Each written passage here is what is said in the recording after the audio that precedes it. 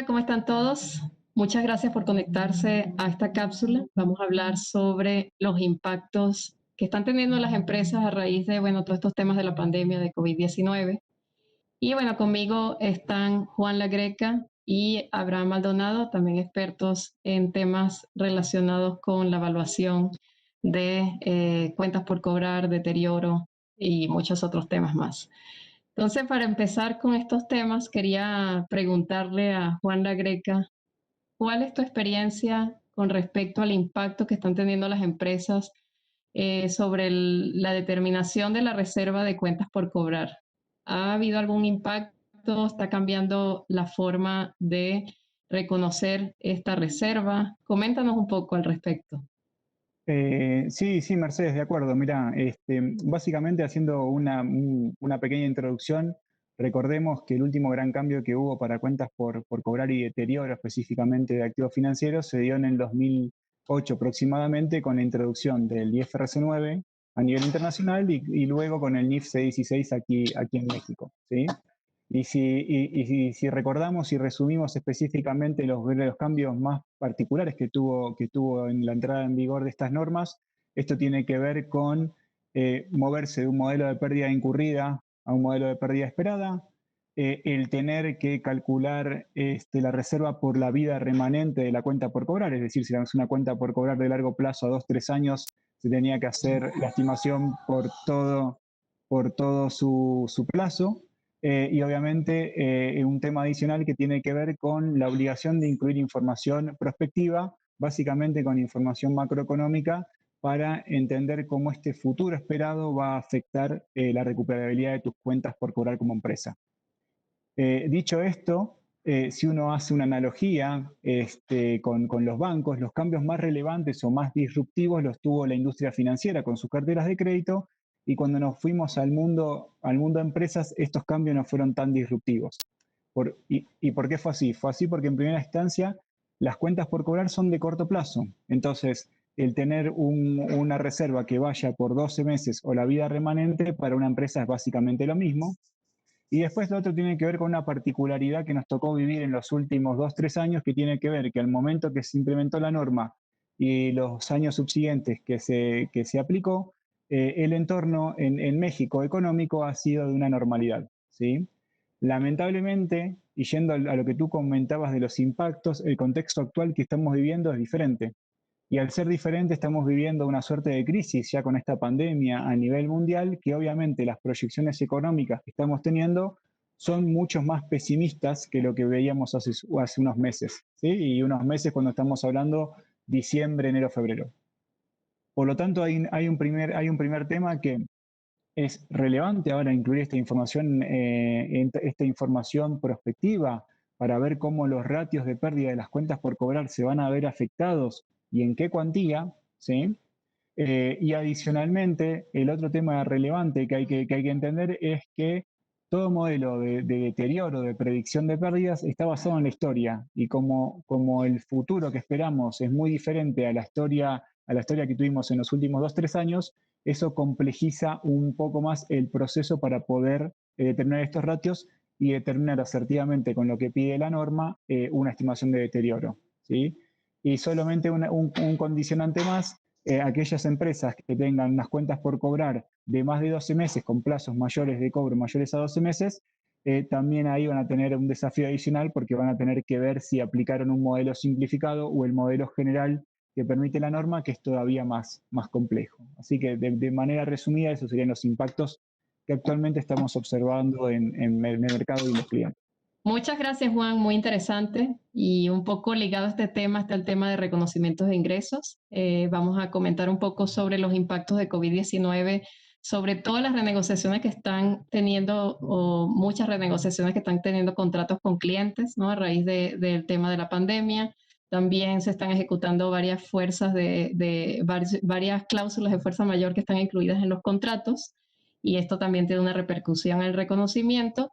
Y también están cambiando diferentes estrategias de negocios, ¿no? De las empresas a raíz de COVID-19, que tienen un impacto directo en todas las estimaciones que se venían manejando en el caso de contraprestaciones variables. Entonces, básicamente podemos resumir los impactos en en reconocimiento de ingresos está que en el primero es que en muchos casos ya no se está cumpliendo con el criterio número uno del reconocimiento de ingresos previsto en la norma, que es la existencia de un contrato, con todas estas cláusulas o la ejecución de las cláusulas de fuerza mayor.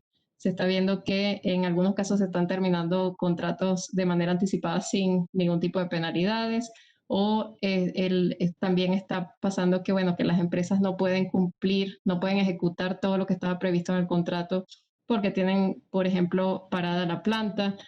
También está pasando que todos los temas de cambios en estrategias pudiera estar frenando un poco a las empresas en lo que en la forma de ejecutar. Y algo muy importante también es la posibilidad de cobrabilidad de los contratos. Quizás sea baja en muchos casos porque el riesgo de crédito de los clientes pueda ser muy alto, ¿no? Y puedan estar teniendo muchas dificultades para poder pagar, ¿no? En todos estos casos se debe dejar de reconocer el ingreso. Otro punto importante es que en muchos contratos que se reconocen a través del tiempo, ¿no? Como son los contratos de ingeniería, de construcción, en la industria turística está el tema de los programas de lealtad, posiblemente tenga que cambiar la forma de reconocer ingresos, en muchos casos se tenga que parar el reconocimiento o el método que se venía utilizando anteriormente para medir el progreso posiblemente ya no sea el mejor dadas las circunstancias, ¿no? Entonces todo esto se tiene que evaluar y ver qué impacto puede tener.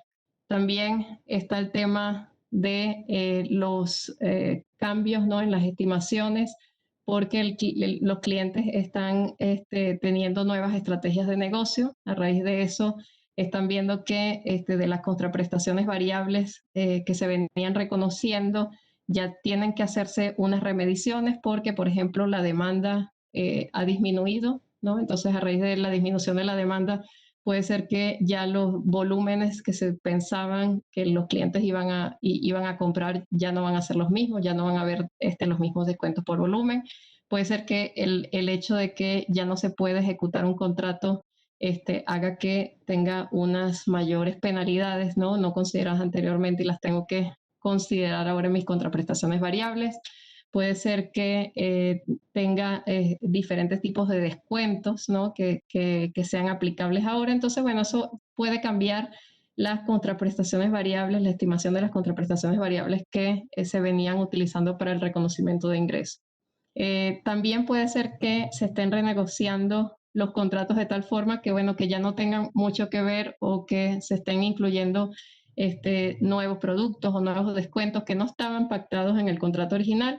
Este reconocimiento de las modificaciones de los contratos pueden tener muchas complejidades, pues, y hay que ir evaluando caso por caso cómo esto puede impactar el reconocimiento y en qué momento se tienen que reconocer.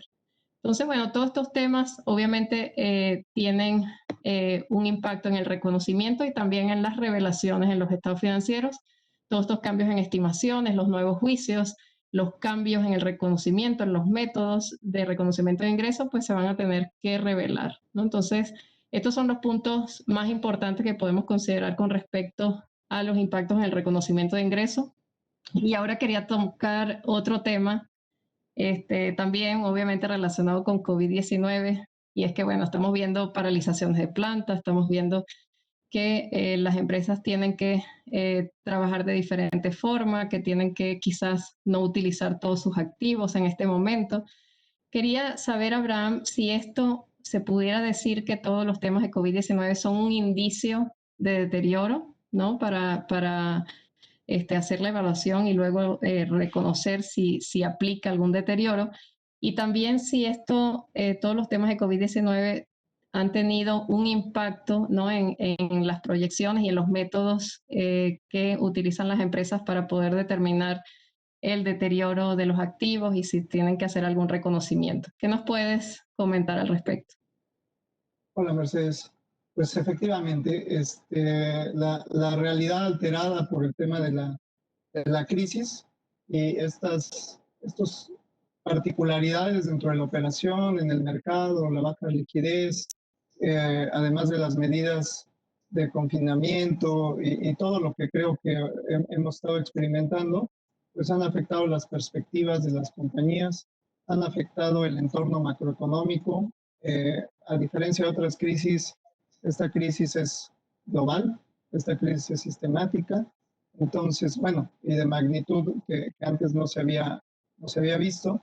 Entonces, claramente el contexto constituye un indicio de deterioro externo.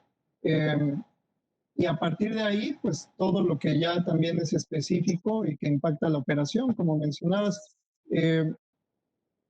modificaciones en la demanda, paros parciales, paros totales, temas de liquidez, el retrasar o el postergar o el suspender proyectos de inversión, analizar cuál va a ser la expectativa de crecimiento post-crisis, independientemente de cómo vas a transitar este periodo puntual, si pretendes tener una recuperación en V, en U, en W, en L, qué va a significar el afrontar un mercado altamente apalancado, también cómo vas a manejar mejor el tema del tamaño de tu compañía, la inversión de tus activos en función a crecimientos bajos comparados con lo que había precrisis.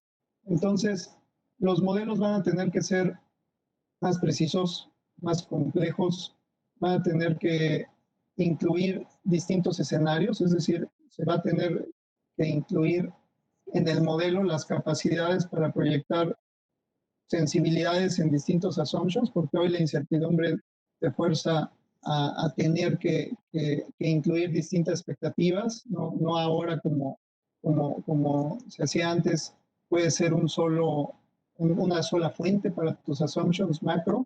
Entonces, las compañías van a tener que evolucionar sus modelos, van a tener que hacerlos más complejos, van a tener que incluir distintos escenarios y considerar expectativas ponderadas por el momento para después ir revisitando esos distintos escenarios y ver hacia dónde hay mayor cumplimiento de ellos, ¿no?